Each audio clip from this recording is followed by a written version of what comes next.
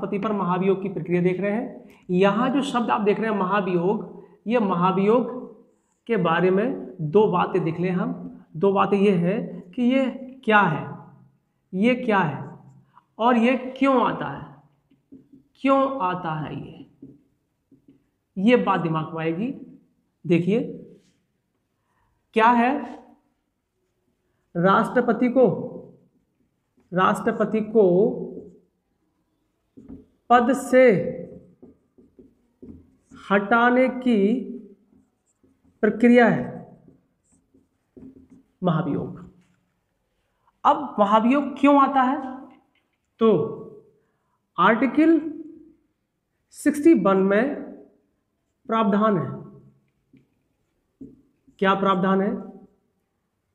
राष्ट्रपति द्वारा संविधान का अतिक्रमण,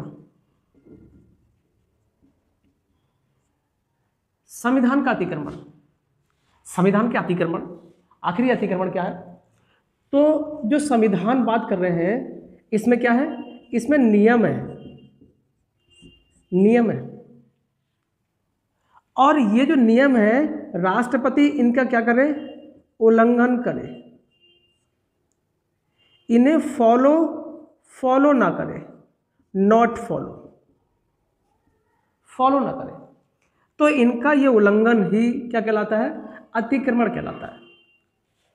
क्या कहलाता है? संविधान का अतिक्रमण कहलाता है। अब अगली बात देखिए, अतिक्रमण हुआ, संविधान का अतिक्रमण हुआ तो क्या बनेगा, महाभियोग का विचार बनेगा। महाभियोग का विचार आएगा ही आएगा, महाभियोग का विचार आएगा। जब विचार आएगा तो दो कार्य होंगे। पहला कार्य क्या, 14 दिन की पूर्व सूचना राष्ट्रपति को देनी होगी।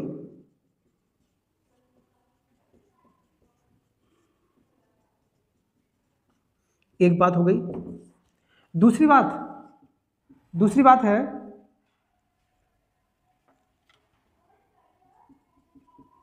संसद के किसी भी सदन में प्रस्ताव लाया जाएगा। तो प्रस्ताव कहाँ लाया गया, प्रस्ताव लाया गया संसद में। और हमने इसके आगे देखा किसी भी सदन में, किसी भी सदन में। याद रखना ये बात केवल राष्ट्रपति तक सीमित है, उपराष्ट्रपति के साथ ये बात लागू नहीं होती। तो संसद के किसी भी सदन में ये प्रस्ताव आएगा। जब ये प्रस्ताव आएगा तो संसद में आएगा, और संसद के दो सदन हैं, एक लोकसभा और दूसरा कौन सा है, राज्यसभा। अब लोकसभा की बात करें तो इसमें पहली बात करते हैं, क्या करना हमें, मान लीजिए यहाँ हमने उठा लिया हमने, क्लियर, कहाँ लेकर आए प्रस्ताव को, लोकसभा में। तो पहला काम क्या होगा, पहला काम होगा 1/4 सदस्यों के हस्ताक्षर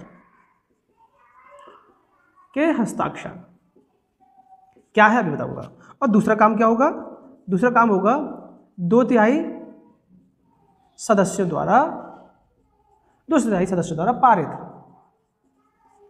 इधर भी दो बातें करेंगे हम, वो कौन कौन सी, नंबर 1 राष्ट्रपति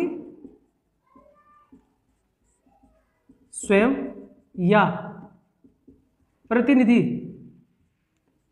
द्वारा पक्ष रखवाएगा। और दूसरी बात क्या है, 2/3 का फंडा, 2/3 सदस्यों द्वारा पारित। अब बात देखिए यहां मैंने कहा कि 1/4 सदस्यों के हस्ताक्षर, तो यहां जो 1/4 की बात कर रहे हैं ये लोकसभा है।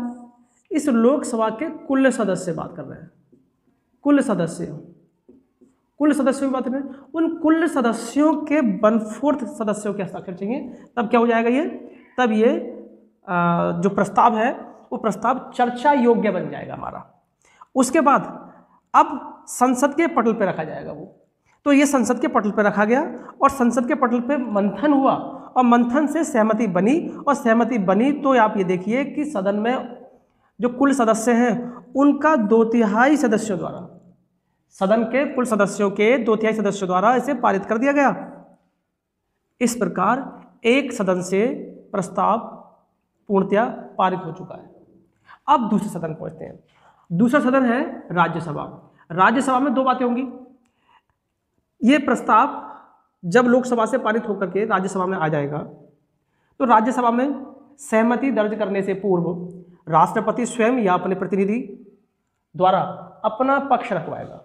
यदि सदन उसके पक्ष से सहमत है तो शायद आगे कार्रवाई ना हो, और यदि राष्ट्रपति के पक्ष से सदन असहमत हो, असंतुष्ट हो, तो ऐसी स्थिति में फिर सेम प्रक्रिया दोहराई जाएगी जो पहले सदन में हमने किया था। क्या? कुल सदस्यों के 2/3 सदस्यों द्वारा पारित किया जाएगा। इस प्रकार महाभियोग की प्रक्रिया पूरी हो जाती है, और जिस तिथि में यह पारित हो जाता है उस तिथि से इसी तिथि से अर्थात पारित होने की तिथि से राष्ट्रपति का पद रिक्त माना जाएगा।